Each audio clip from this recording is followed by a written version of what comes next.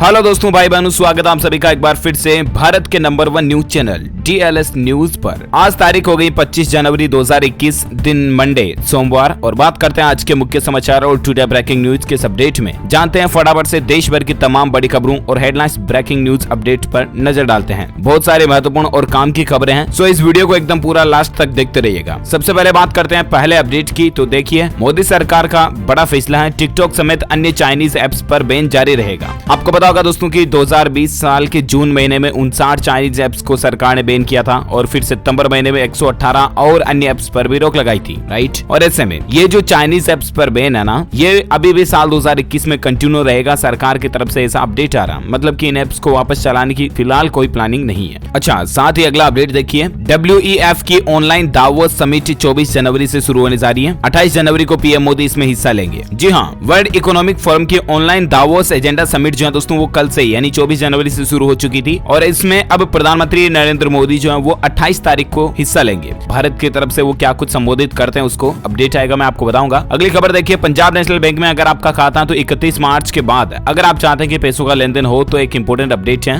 वो ये दोस्तों कि पंजाब नेशनल बैंक जो है ना, वो कई ग्राहकों के IFSC कोड बदल चुका है, और 31 मार्च तक आप अपना नया IFSC कोड ले लें और नया चेकबुक वगैरह भी ले लें, वरना 1 अप्रैल के बाद आप पैसों का लेन देन नहीं कर पाओगे अगर आपकी चेकबुक में पुराना IFSC कोड रहता तो। इसके पीछे कारण क्या है, तो 1 अप्रैल 2020 को आपको पता होगा सरकार ने Punjab national bank, oriental bank of commerce और यूनाइटेड बैंक ऑफ इंडिया का मर्जर किया था ना, तो उसके चलते क्या कि मतलब बहुत सारी बैंक ब्रांचेज जो हैं वो एक दूसरे में कंबाइंड हो गई, मर्ज हो गई, तो कई सारे ब्रांचेज का IFSC कोड जो है वो बदल चुका। सो कहने का मतलब ये है कि 31 मार्च 2021 से पहले आप भी अपने पंजाब नेशनल बैंक की नई चेकबुक इश्यू करा लें, ठीक है ना, ताकि आपके पेमेंट में कोई दिक्कत ना हो। अच्छा, अगली खबर देखिए, बिना अपराध के भी खा सकते हैं जेल की रोटी। महाराष्ट्र सरकार ये नई सुविधा शुरू करने जा रही है। जी हाँ, आपने कभी न कभी तो ये जरूर सोचा होगा दोस्तों कि यार जेल के अंदर कैसे रहते हैं कैदी, कैसे उनका माहौल होता है, जेल में कैसे उनकी रोटियां मिलती हैं। अब ये अगर रियल में अनुभव करना चाहते हैं तो एक ही तरीका कि या तो कोई क्राइम करें, अपराध करें और उसके बाद जेल में जाएं, लेकिन वो तो ज्यादा लंबा समय हो जाता है, राइट। लेकिन अगर आप डेमो चाहते हैं, एक दिन के लिए ट्रायल देखना चाहते हैं कि आखिर जेल में कैसी परिस्थितियां रहती हैं, जेल में कैसा खाना मिलता है, तो अब इसको लेकर महाराष्ट्र सरकार जो है वो इस बार गणतंत्र दिवस के मौके पर जेल टूरिज्म योजना की शुरुआत कर रही है। यानी कि ये जो जेल में भी पर्यटन की तरह आप जा सकेंगे, टूरिज्म की तरह, और आम आदमी को भी जेल के दर्शन करने का मौका मिलेगा कि आखिर जेल में कैदियों की लाइफ कैसी होती है, कैसे जेल में अपराधी रहते हैं, कैसे अपनी जिंदगी बिताते हैं। तो महाराष्ट्र के मुख्यमंत्री उद्धव ठाकरे सरकार की तरफ से ये जेल टूरिज्म योजना शुरू की जा रही है, और इसका शुभारंभ 26 जनवरी 2021 से शुरू किया जाएगा, है ना। साथ ही अगली खबर देखिए, इस बार गणतंत्र दिवस पर कुछ खास अपडेट भी आपको देखने को मिलेंगे, जैसे कि CBSE के जो टॉपर्स हैं उनको प्रधानमंत्री के बॉक्स से 26 जनवरी का माहौल देखने को मिलेगा। 26 जनवरी की जो परेड है वो PM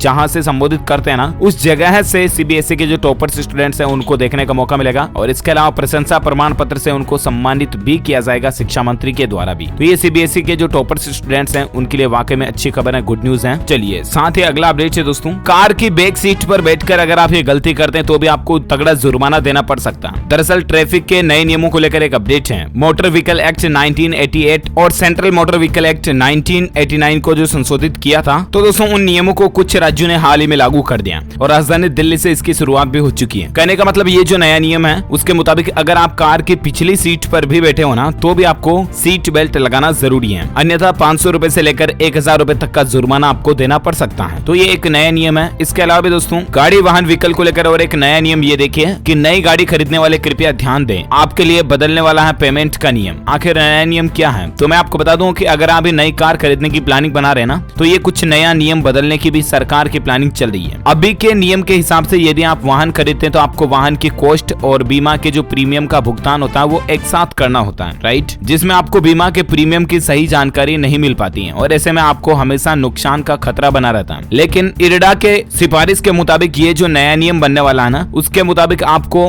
वाहन व्हीकल की नेट कॉस्ट जो होगी वो अलग से देनी पड़ेगी, और आपका जो वाहन का इंश्योरेंस का भुगतान होगा ना वो बिल्कुल अलग से चेक से देना पड़ेगा, यानी कि दोनों का पेमेंट अलग अलग अलग चेक के माध्यम से आपको देना पड़ेगा। इससे होगा ये कि आपको एग्जैक्टली क्लियर पता चल जाएगा कि आखिर वाहन की राशि कितनी है और बीमा वगैरह आरटीओ की इनकी राशि कितनी है, ताकि आप में कंफ्यूजन नहीं हो। ऐसा नियम लागू करने की सरकार की प्लानिंग चल रही है ना। साथ ही अगली खबर देखिए, देश में समुद्र के नीचे चलेगी बुलेट ट्रेन, कहां से कहां तक का ये सफर होगा। तो मैं आपको बता दूं, भारत की पहली बुलेट ट्रेन अहमदाबाद और मुंबई के बीच दौड़ेगी और इस ट्रेन की खास बात यह दोस्तों कि ये समुद्र के नीचे भी गुजरेगी। इस प्रोजेक्ट के लिए कम से कम 7 भारतीय कंपनियों ने प्री बिडिंग स्टेज में महत्वाकांक्षी Mumbai Ahmedabad high speed rail corridor के लिए समुद्र के नीचे सुरंग के निर्माण में रुचि दिखाई है। तो बहुत जल्द दोस्तों आपको ये स्पेशल तरीके की एक बुलेट ट्रेन भी देखने को मिलेगी। रेलवे की जब बात हो रही है तो और एक खबर देखिए कि मेट्रो स्टेशन की पार्किंग में अगर आप गाड़ी खड़ी करते हैं ना, तो ये खबर आपके लिए जरूरी है। दरअसल दोस्तों, दिल्ली में गणतंत्र दिवस की सुरक्षा को लेकर कड़े इंतजाम किए गए हैं और इस कड़ी में दिल्ली मेट्रो की तमाम स्टेशनों की पार्किंग जो है वो कल सुबह यानी कि 25 तारीख से लेकर 26 जनवरी की दोपहर तक बंद रहेगी। इसके अलावा 26 जनवरी के दौरान कुछ मेट्रो स्टेशन के समय और सर्विस में भी बदलाव किया गया है। इस बारे में दिल्ली मेट्रो ने नोटिफिकेशन जारी कर दिया है, तो आप वैसे दिल्ली मेट्रो की ऑफिशियल वेबसाइट पर भी ये चेक कर लीजिएगा। तो कहने का मतलब ये है कि 2 दिन तक आप मेट्रो की पार्किंग में अपनी गाड़ी वाहन व्हीकल खड़ा ना करें। ओके, साथ ही अगला अपडेट देखिए दोस्तों, एक रिसर्च में खुलासा हुआ है बच्चों की आंखों को गंभीर नुकसान पहुंचा सकता है हैंड सैनिटाइजर। जहां कोरोना वायरस की महामारी दुनिया में फैली और उसके बाद से सैनिटाइजर का इस्तेमाल बहुत ज्यादा होने लगा, राइट। लेकिन हैंड सैनिटाइजर की जितनी मांग बढ़ी, हम लोग भी अपनी जिंदगी में इस्तेमाल करते भी हैं ताकि वायरस से बचकर रह सकें। लेकिन इस वैज्ञानिकों की रिसर्च को भी आपको जरूर जान लेना चाहिए। हाल ही एक नई रिसर्च में चौंकाने वाला खुलासा हुआ है, जिसे जानने के बाद आप सैनिटाइजर का इस्तेमाल भी थोड़ा संभल कर करेंगे। फ्रांस में यह नई रिसर्च हुई और इसके मुताबिक दोस्तों, अल्कोहल से भरपूर सैनिटाइजर आंख में अगर गलती से भी चला जाए ना, तो यह आंखों की रोशनी जाने का कारण बन सकता है। ऐसी घटनाओं के शिकार ज्यादातर बच्चे ही होते हैं और ऐसे में ये रिसर्च भी काफी अहम है। कहने का मतलब है कि सैनिटाइजर का बहुत सावधानी से इस्तेमाल करें और बच्चों की पहुंच से इसको जितना दूर रखें ना, उतना ही ज्यादा बेहतर है। अगर गलती से भी एक बूंद भी उनकी आंख में गिर गई ना, तो वो जिंदगी भर के लिए अपनी रोशनी खो सकते हैं। So please be careful. आप अपने बच्चों के प्रति लापरवाही ना रखें सैनिटाइजर को लेकर जरा सी भी। अगर उनको यूज करवाना तो आप खुद अपने हाथों से थोड़ा सा 1-2 बूंद डाल करके उनके हाथों को सैनिटाइज कर दें, ठीक है ना। उनको सेल्फ सैनिटाइज ना करने के लिए दें, क्योंकि छोटे बच्चे तो मिस्टेक कर सकते हैं, बड़ों की जिम्मेदारी होनी चाहिए। अच्छा, अगली खबर देखिए दोस्तों, केंद्र सरकार का किसानों को तोहफा है। अब असम में भी पीएम किसान के तहत बैंक खातों में पहुंचेंगे 6-6 हजार रुपए सालाना, यानी कि अब असम राज्य में भी इस योजना की शुरुआत हो चुकी है। प्रधानमंत्री किसान सम्मान निधि जो है उसके तहत केंद्र सरकार किसानों को हर साल 6,000 रुपए देती है, आपको पता होगा। तो ये योजना इतने दिन असम राज्य में नहीं थी, तो इसको असम सरकार के द्वारा राज्य में शुरू कर दिया गया सेंट्रल गवर्नमेंट की तरफ से, अच्छी बात है। और अगली खबर देखिए दोस्तों, 26 जनवरी से हरियाणा राज्य के स्कूल और कॉलेज वो बिल्कुल तंबाकू मुक्त हो जाएंगे। हरियाणा के मुख्यमंत्री ने इस बात की घोषणा कर दी है। जी हाँ, भारत की कई जगहों पर यूनिवर्सिटी और कॉलेजों में आपको पता होगा खुलेआम तंबाकू का सेवन करते हुए कई स्टूडेंट्स को देखा होगा। लेकिन दोस्तों, हरियाणा के मुख्यमंत्री मनोहर लाल खट्टर जो अब एक नए कदम उठाने जा रहे हैं और इसके मुताबिक दोस्तों कुल मिलाकर के विद्यालय और इसके आसपास के परिसर के एरिया में बिल्कुल तंबाकू का इस्तेमाल नहीं किया जाएगा और तंबाकू से होने वाले खतरों को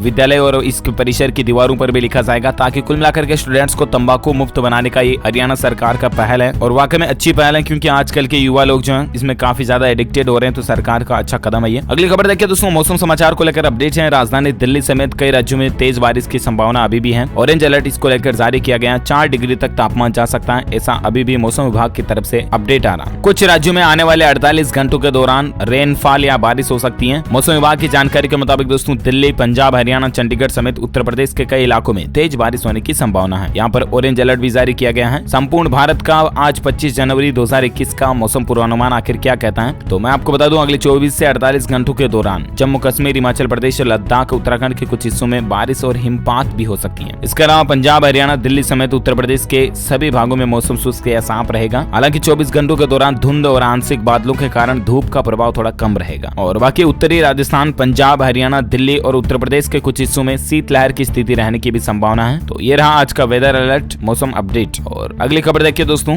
कोरोना वायरस को लेकर खबर है। एक तो कोरोना की वैक्सीन से आपको पता होगा, मीडिया में खबर आई थी कि 6 स्वास्थ्य कर्मियों की मौत हो गई, तो उस पर स्वास्थ्य मंत्रालय का ये अपडेट आ रहा है कि कोरोना की वैक्सीन के चलते 6 स्वास्थ्य कर्मचारियों की या हेल्थ वर्कर्स की मौत नहीं हुई है, यानी कि उनकी मौत का किसी के भी जान जाने का कारण जो है वो कोविड-19 वैक्सीन नहीं है, कुछ दूसरे कारण रहे हैं। और बाकी दोस्तों, वैक्सीनेशन कोरोना का टीकाकरण जो वो लगातार चल रहा है भारत में बड़ी ही तेजी से, और कोरोना का टीका का एक और नया तरीका भी विकसित किया जा रहा है। अपडेट आप देख पा रहे कि अब नाक में ही मर जाएगा कोरोना। अचूक नोजल स्प्रे को अंतिम रूप देने में ब्रिटिश वैज्ञानिक जुटे हुए हैं, और अगर ये नोजल स्प्रे जो अप्रूवल हो जाता है वैज्ञानिकों की तरफ से, तो नाक में बस महज एक स्प्रे करने मात्र से कोरोना जो है वो खत्म किया जा सकेगा। तो ये बच्चों वगैरह को टीका लगाने में अच्छा रहेगा, क्योंकि इंजेक्शन इंजेक्शन से उनको दर्द वगैरह नहीं होगा, है ना। इसके अलावा दोस्तों भारत जो है आसपास के पड़ोसी देशों की कोरोना वैक्सीन के जरिए मदद कर रहा है। आपको पता होगा बांग्लादेश वगैरह की, नेपाल, भूटान, कई सारी कंट्रीज में भारत ने वैक्सीन भेजी है, राइट। उस पर WHO ने भी भारत की तारीफ की है और WHO का कहना है दोस्तों की कोरोना की वैक्सीन दूसरे देशों को भिजवाने के लिए पीएम मोदी का शुक्रिया अदा किया। WHO ने खुद भारत के पीएम को थैंक यू बोला। ये भारत के लिए बड़े ही गौरव की बात है। और इसके अलावा एक अलर्ट भी आ रहा दोस्तों की कोरोना के टीके के बाद भी लोगों से फैल सकता है वायरस का संक्रमण। इंग्लैंड के प्रमुख चिकित्सा अधिकारी ने लोगों को आगाह किया, चेतावनी दी है। कहने का मतलब सिंपली ये है कि ऐसा नहीं कि कोरोना की वैक्सीन आ चुकी है, टीका बन चुका है तो आप लापरवाही कर दें या फिर मास्क नहीं लगाएं या ऐसा कुछ कि यार टीका लग गया तो बस भगवान ने आके बोल दिया कि फला आदमी को कोरोना नहीं हुआ, उसको टीका लग गया। ऐसा नहीं है, समझ रहे हो ना। 100% श्योरिटी आपको कभी नहीं होना। कहने का मतलब आपको हमेशा सावधानी रखनी ही है। चाहे आपने टीका लगा लिया या आप कोरोना से टीका लगाए हुए व्यक्ति के साथ घूम रहे हो ना, फिर भी आप सोशल डिस्टेंसिंग प्रॉपर बनाए रखो और बाकी मुंह पर मास्क तो लगाना ही है, क्योंकि कोरोना का ही ठेका नहीं दोस्तों, बहुत सारे दूसरे बैक्टीरिया वायरस जो है वो सामने वाले संक्रमित व्यक्ति से आप तक ट्रांसफर हो सकते हैं। तो मास्क का इस्तेमाल जरूर करें। और बाकी भारत में और दुनिया में कोरोना आंकड़ों की बात करें ना तो दुनिया भर में कोरोना के मरीजों की संख्या 10 करोड़ के करीब पहुंच चुकी है। ब्रिटेन में 1 लाख की आबादी में सबसे ज्यादा 142 मौतें हुई हैं। 1 लाख आबादी में सबसे ज्यादा मौतों वाले 5 देश हैं। सबसे पहले ब्रिटेन, उसके बाद दोस्तों अमेरिका, इटली, स्पेन वगैरह ये कंट्रीज आ रही है। और भारत में कोरोना के ताजा आंकड़ों की बात करें ना तो पिछले 24 घंटों के दौरान 12,800 के लगभग नए मामले देखे गए और उसके बाद कुल संक्रमितों की संख्या 1,06,68,000 से भी ज्यादा हो चुकी है, जिसमें से 1,81,000 एक्टिव केस चल रहे हैं, यानी कि सक्रिय हैं, जिनका अभी इलाज चल रहा है, जबकि 1,03,28,000 से भी ज्यादा मरीज ठीक हो चुके हैं, रिकवर्ड हो चुके हैं। वहीं इस वायरस के कारण भारत में जान जाने वाले मरीजों की संख्या कुल 1,53,000 से भी ज्यादा पहुंच चुकी है। तो ये रहा भारत में आज का ताजा कोविड डेटा। और बाकी किसान आंदोलन को लेकर चर्चाएं चल रही दोस्तों की। किसान आंदोलन के 60वें दिन भी किसान नेताओं का यही कहना है कि 26 जनवरी की ट्रैक्टर परेड पर अभी उनका फोकस है, तैयारियां चल रही हैं और उसके बाद वो आगे की स्ट्रेटेजी तय करेंगे। यानी कि जाहिर सी बात है 26 जनवरी के दिन जो है वो ट्रैक्टर रैली निकलने वाली है राजधानी दिल्ली में। तकरीबन 3 लाख ट्रैक्टर सड़कों पर उतरेंगे, किसान नेताओं ने ये दावा किया। और यहाँ तक कि दिल्ली पुलिस की तरफ से भी किसानों को ट्रैक्टर रैली निकालने की मंजूरी दे दी गई है। 3 जगहों से राजधानी दिल्ली में ये ट्रैक्टर रैली निकलेगी। हालांकि दोस्तों किसान भाई लोगों का ये कहना है कि रैली बिल्कुल शांतिपूर्ण निकालेंगे, किसी भी तरह का माहौल खराब नहीं करेंगे और उनकी ट्रैक्टर रैली के कारण गणतंत्र दिवस के समारोह में किसी भी तरह का विघ्न या बाधा नहीं डलेगी। क्योंकि दोस्तों ये एक आजादी के पर्व के बाद एक संविधान लागू होने का बहुत ही अच्छा पर्व है, इसलिए भारत के इस ऐतिहासिक पर्व के दिन वो किसी भी तरह का माहौल खराब नहीं करेंगे, शांतिपूर्ण रैली निकालेंगे, ठीक है ना। और 100 किलोमीटर लंबा होगा ये किसानों का जो ट्रैक्टर मार्च है, ये सुबह 10 बजे शुरू हो जाएगा 26 जनवरी के दिन। इसके अलावा दोस्तों कल ही कृषि मंत्री की तरफ से एक अजीब बयान देखने को मिला।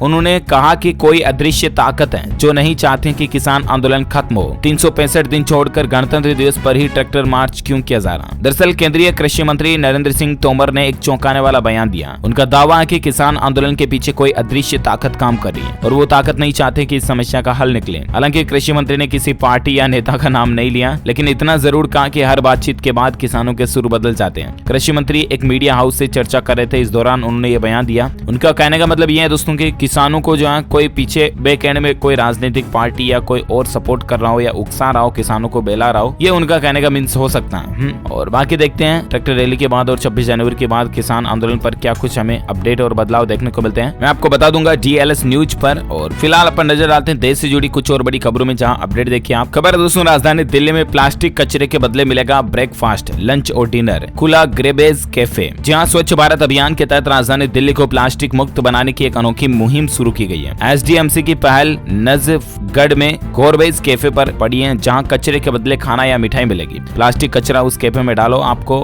बदले में मिठाई, ब्रेकफास्ट वगैरह मिलेगा। तो मतलब ये दिल्ली में एक अच्छी पहल शुरू की गई है। अगली खबर देखिए, उत्तर प्रदेश में शराब पर सख्ती लगा दी गई है। घर में लिमिट से ज्यादा शराब रखने के लिए आपको लाइसेंस लेना पड़ेगा और अगर आप नियम तोड़ते हैं तो 3 साल की जेल और जुर्माना भी हो सकता है। जी हाँ, कहने का मतलब है कि उत्तर प्रदेश राज्य में आप पीने लायक शराब से ज्यादा शराब नहीं रख सकते हो और जरूरत से ज्यादा शराब अगर आपके घर में पाई जाती है तो आपको 3 साल की जेल हो सकती है, जुर्माना भी भरना पड़ सकता है। और अगर आप जरूरत से ज्यादा शराब का स्टॉक घर पर रखना चाहते हो ना तो उसके लिए आपको 12,000 रुपए सालाना फीस चुकानी पड़ेगी उस लाइसेंस के लिए। तो ये नया नियम उत्तर प्रदेश राज्य में लागू कर दिया गया है। साथ ही अगली खबर देखिए दोस्तों, इस बार बजट में आपको कुछ अपडेट और बदलाव देखने को मिल सकते हैं, जैसे कि स्वास्थ्य क्षेत्र में कई नई घोषणाएं आ सकती हैं। हेल्थ एंड एजुकेशन टैक्सेशन शेष 2% तक बढ़ाने की भी संभावना बन रही है। इसके अलावा बजट में घर से काम करने वाले कर्मचारियों को कर कटौती का यानी कि टैक्स छूट का लाभ वगैरह भी मिल सकता है। पीडब्ल्यूसी इंडिया की तरफ से ऐसी जानकारी आ रही है कि ऐसा भी सरकार बदलाव कर सकती है मतलब कंफर्म अपडेट तो बजट अनाउंसमेंट होने के बाद ही मिलेगा, तो मैं आपको बता दूंगा। और बाकी आपकी हेल्थ से जुड़ी एक खबर देखिए कि दिल की सेहत का खास ख्याल रखें। और एक स्टडी में इस बात का खुलासा हुआ दोस्तों की कम नींद की तुलना में पूरी नींद लेने वालों में हार्ट की समस्या जो 15 से 42% तक कम हो जाती है। जी हाँ, गहरी नींद को लेकर दोस्तों आप 4 तरीके अपना सकते हैं अच्छी नींद लेने के लिए। दिन में एक बार पावर नैप लें, यानी कि थोड़ी झपकी वगैरह भी ले सकते हैं आप। सोने से पहले गुनगुने पानी से आपको नहाना चाहिए अगर अच्छी नींद नहीं आती है तो। और बेड पर जाने से पहले स्लीप एक्सरसाइज कर सकते हैं। डिनर के 3 घंटे बाद आप बेड पर जाएं तो ज्यादा बेहतर है। वैज्ञानिकों की एक स्टडी कहती है, वैज्ञानिकों ने दोस्तों तकरीबन 4 लाख से भी ज्यादा लोगों की स्लीप हैबिट यानी कि उनकी सोने की आदत पर एक अध्ययन किया, स्टडी की। और उसमें इस बात का पता चला कि जो लोग अच्छे सोते हैं ना, उनको हार्ट की समस्या कम होती है, ब्लड प्रेशर और हार्ट की समस्या नहीं होती है। पूरी नींद लेने के 4 बड़े फायदे होते हैं। उनकी मेमोरी मजबूत होती है, माइंड शार्प रहता है, हार्मोन का बैलेंस बिगड़ने का खतरा नहीं रहता है और हाई कोलेस्ट्रॉल की समस्या भी नहीं होती है। कम नींद लेने से कई सारी समस्या आ सकती है, तनाव और मानसिक रोग जिसमें खास करके हैं, और डाइजेशन की समस्या भी आ सकती है, मेमोरी कमजोर पड़ सकती है, दर्द, अकड़न और थकावट भी आप महसूस कर सकते हैं। तो कहने का मतलब सिंपली यही कि आप अच्छी भरपूर नींद लें। कम से कम मिनिमम 7 से 8 घंटे आपको जरूर डेली स्लीप करनी चाहिए, सोना चाहिए। ओके, और अगली खबर देखिए, आंगनबाड़ी में अब सेहत के साथ शिक्षा की भी खुराक मिलेगी। 5 राज्यों के आंगनबाड़ी केंद्रों का चयन हुआ है। जी हाँ, आंगनबाड़ियां अब सिर्फ सुपोषण केंद्र तक ही सीमित नहीं रहेगी, उन्हें बुनियादी शिक्षा केंद्र के रूप में भी विकसित किया जाएगा, जहां पोषण आहार के साथ साथ बच्चों को खेल खेल में नैतिक शिक्षा भी दी जाएगी ताकि उनका मानसिक विकास भी हो। कहने का मतलब आंगनबाड़ियों में अब आपको